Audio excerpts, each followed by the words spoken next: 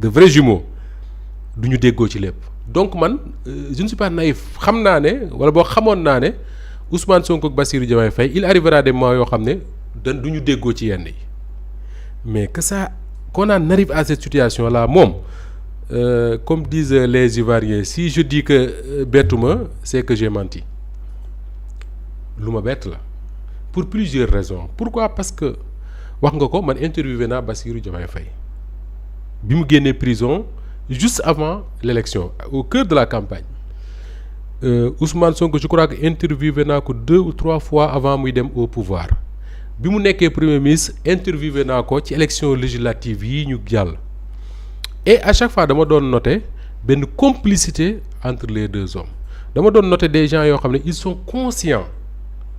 vraiment conscients de li nga xam ne moo tax ñu nekk fa ñu nekk et c'est extrêmement important pourquoi parce que ñoom le président de la République parce que le problème c'est lui en fait le président de la République ni mu ñëwee au pouvoir bokkul ak ni kenn ñëwee au pouvoir Bassirou Diomaye Faye yow mii man mii bu ñu waxalee yàlla rek jusqu'à quelques semaines de la présidentielle suñu xel mësul xalaat ne dina nekk candidat waxuma la di nekk président nañ wax li fi am rek à plus forte raison ñi nekkoon ci mbedd mi di xeex ak di manifester ak di wuti parrainage ak yooyu ñoom li ñu bëggoon mooy def Ousmane Sonko président de la République et bëgg googu ñu bëggoon def Ousmane Sonko président de la République tax na am na ñoo xam ne fi may waxee ak yow nii ñi ngi ci biir suuf ñu suul wala déet am na ñoo xam ne fi may waxee ak yow nii handicapé lañ wala déet am na ñoo xam ne fi may waxee ak yow nii ñàkk nañ seen alal joo xam ne dootuñu ko jotati am na ñoo xam ne fi may waxee ak yow nii ay orphelin lañ parce que seen papa wala seen leneen génn na xeex ñu rey ko am na ñoo xam ne ñàkk nañ seen doom pour que lii xew c'est-à-dire Pastef dem au pouvoir Macky Sall jóge fi gis nga boo jëlee le pouvoir dans ces conditions là man je le dis et je le répète je l'assume am na yoo xam ne lu mu metti waru la parce que man dama jàpp ne man parfois quelqu'un l'a dit l'autre jour sur Walf je ne sais pas c'était qui mu ne est-ce que vous imaginez Ousmane Sonko moom dans quel état il doit être su dee xalaat ce qui s'est passé ndax moom dans quel état il doit être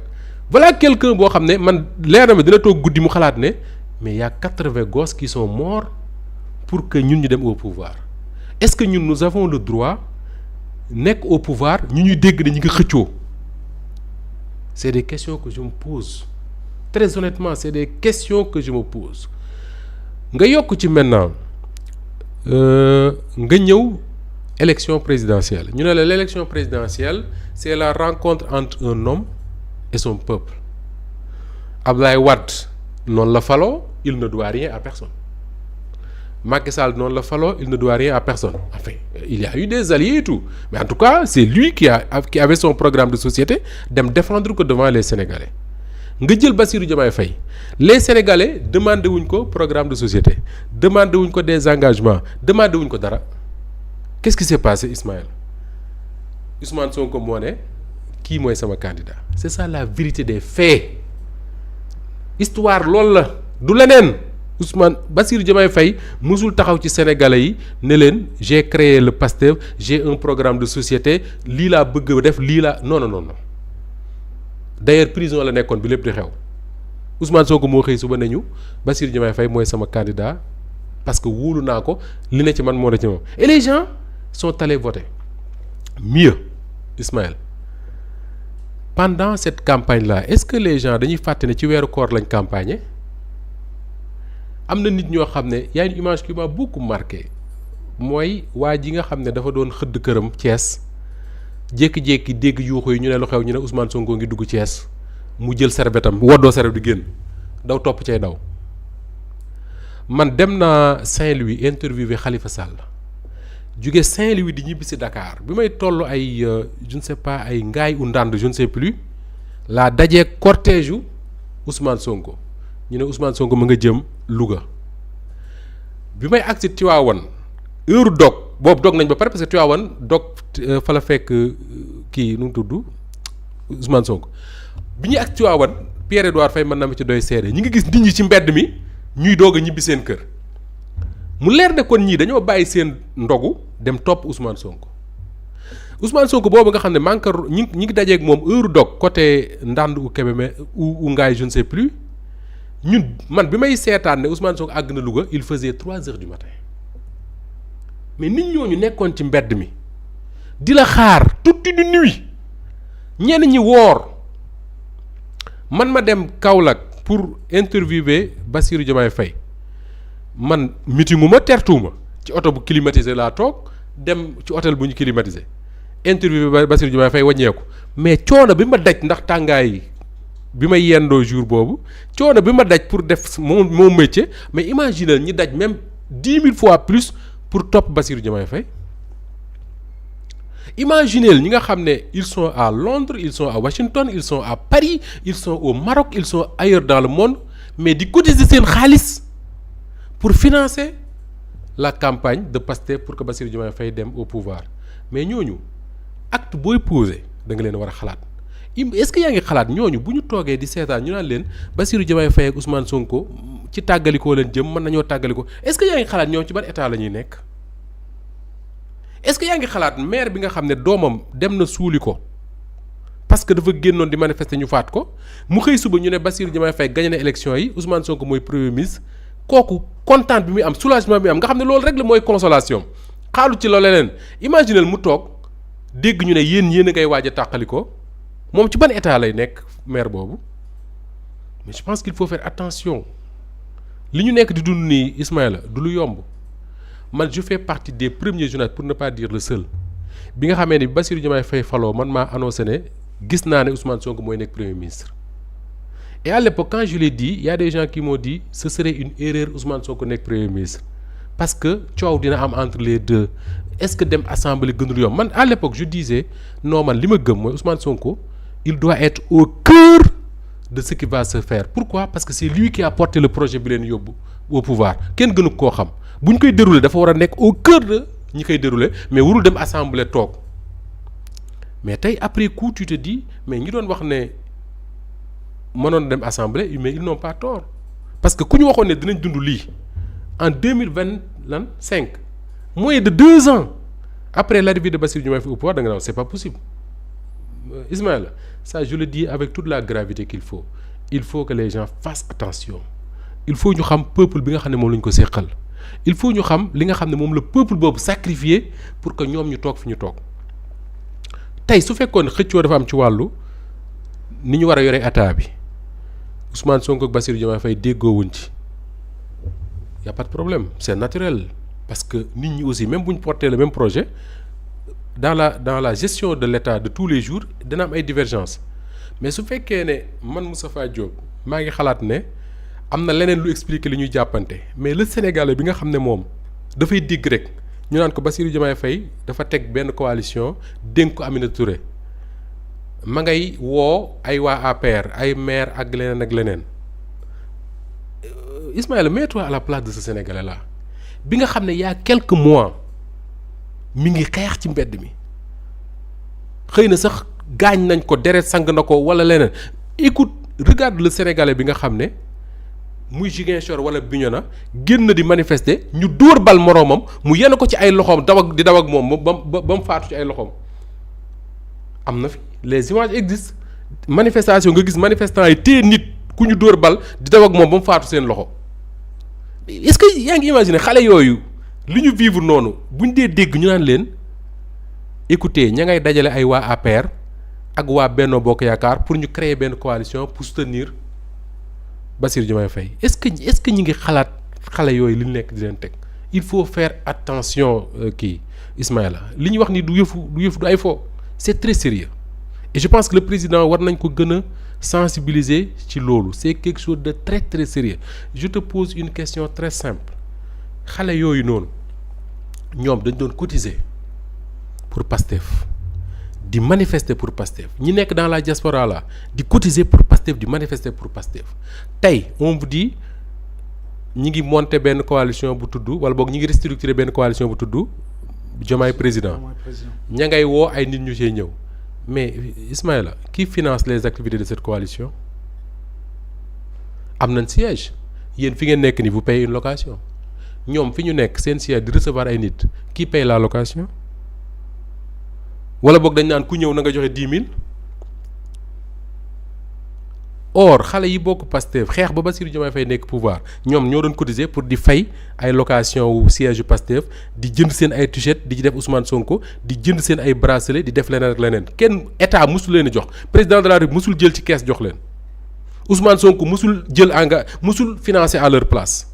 Bassirou Diomaye Faye musul financer à leur place ku nekk da nga daan financer selon moyens yi nga am tey bu ñu déggee ne ñu ngi créer coalition boobu ma ngay xëcc ay maire di am siège di defee activité am xale yooyu dinañ poser ay questions dana ne mais ñii ku leen di financer Aminata Touré mooy joxe weer wu dee wala Bassirou Diomaye Faye mooy joxe wala dañ naan ku ñëw adhéré joxeel 10 000 Ismaël il faut qu'on fasse attention ce qui est en train de se passer dans notre pays là nañ ko arrêté nu mu gën a gaawee. dégg nañu aussi ci li ñu rapporté. ci ndaje mi doxoon ci diggante président Bassirou Diomaye Diakhar Faye ak ñi nga xam te ñoom ñoo nekk les députés de Pastef wala bokk bureau politique bi. ñu ne dafa def commentaire ci rapport bi ñu wax ni dafa épinglé Mimi Touré ni Macky Sall moo ko commandité woon yow seetaan naa sa interview bokk yaakaar naa ni ci bi nga mujjee def ak moom la bi mu nekk candidat encore une fois mu doon ci wax li nga xam te dañ ko doon dund ci Sénégal xëy na ci mauvaise gestion manque de transparence ak yu demee noonu yu bëree bëri tey est-ce que un commentaire bu mel noonu ñu attribué ko président de la République nekk na mbetteel ci yow itam. bu mag a mag c'est même une catastrophe gis nga Ismaël man seetaan naa la. nga ñëwaat ci rapport boobu di ko càmbar gis nga li fi am lu yomb la IGE laajteel ku la neex ci ndigalu président de la République lay doxee ndigal googu nekkul damay xool sama adversaire rek mu naqari ma ne ko demal wutal ma lu ma ko taqal l'IGE ne fonctionne pas comme ça IGE Ablaye Wade moo leen santoon ne leen nañ ko defal un audit de l'affaire des chantiers de Thiès ñu def audit boobu jébbal ko Ablaye Wade coow la bari qu'est-ce que Ablaye Wade fait dafa déclassifier le rapport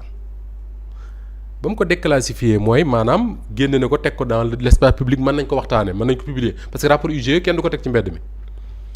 man booba Méridien président bi tudd King Fahd Palace léegi fa lañ ko defee woon man mii maa nga fa woon comme journaliste Macky Sall mii moo fa ñëw ñu convoqué tous les ambassadeurs yi nekk Dakar ñu ñëw lire rapport bi du ma ko fàtte mu jour boobu j'ai fait 2 pages sur le rapport ci li Idrissa Seck def boo ko lire par da nga naan Idrissa Seck mooy sàcc bi gën a mag ci Sénégal fii la ñu fekk Khalifa Sall rapport IGE ñoo dem fii mairie Dakar def un rapport jox ko Macky Sall mu jébbal ko àttekat ba Khalifa Sall fu mujj prison ak yeneen man ma yaakaar ne ci sama xel mu gàtt li gën a yomb pour le président de la République mooy y a un rapport de l'IGE boo xam ne moom xam na la ca ne parce que moom moo ko mën a xam mais Sénégalais yu bari am nañ ci ay écho ba ñenn ñi di ko waxtaane naan dafa épingler la gestion de Aminata Touré daf ko épingler parce que Macky Sall leen fa yónni loolu beneen affaire la mais li am moom mooy rapport am na épingle na ko est-ce que moom kese la loolu beneen affaire la mais pour régler tout ça mais on prend un rapport on donne ça kii àttekat bi su ko xoolee ne Aminata Touré n'a rien fait mais on passe à autre chose mais su fekkee président dafa taxaw mu ne ci li presse bi rapporté parce que dégguma Bassirou Diomaye Faye wax ko aussi il faut être honnête mu ne rapport bi dañ ko Macky Sall moo ko commandité encore une fois nañu dem ci dans le domaine de la perception dégg-dégg man su ma déggee loolu dama naan mais rapport bi yóbbu Farba moom prison kan moo ko commandité rapport bi yóbbu je sais pas moi y en a beaucoup Tahirou Sarr Moustapha Diop Mansour Faye ñeneen lañu kan moo commandité est-ce que Macky Sall moo ne woon cour de ça tombe bien rapport Cour des comptes sur les forces Covid-19 bi tax gars yi nekk prison du Macky Sall moo ko santaane moo ko sant Cour des comptes def rapport boobu jébbal ko rapport boobu ci lañ yóbboo ay ministre kaso donc cette histoire de rapport commandité pour man il faut vraiment remettre la balle à terre comme on dit quoi et se dire simplement que ni y a un rapport bu épinglé kenn koo xam ne dafa ma jege lu ma ko bëgg lu ma ko fonk du ma fàtte mukk ne man maa woo Sénégalais yi ci jubal jubbanti boo ko xasee wax su fekkee ne yow Moustapha Diop da nga ko bëgg a jël def ko sa collaborateur ak loo ko bëgg-bëgg ak loo ko wóolu-wóolu ak loo wóolu-wóolu talam su fekkee am na rapport bu ko épinglé lenn moo war a nekk sa pexe mooy fexe ba lu ko setal ñëw et li koy setal yoon la c'est pas le président de la République je suis désolé président du moom mooy setal kenn sénégalais yi bokk na ci lu ñu meree woon Abdoulaye Macky Sall mooy quand il a dit am na rapport yoo xam ne maa ci teg sama conc man j'étais au palais Macky Sall benn conférence de presse am boo xam ne bokkoon naa ji ko couvrir benn 31 décembre la woon benn émission bu ñu defoon ak quelques journalistes Macky Sall dafa waxoon benn affaire boo xam ne dafa créer polémique bu bari après daf ne moom la ñu dénk la stabilité du pays moom la ñu dénk jàmmi réew mi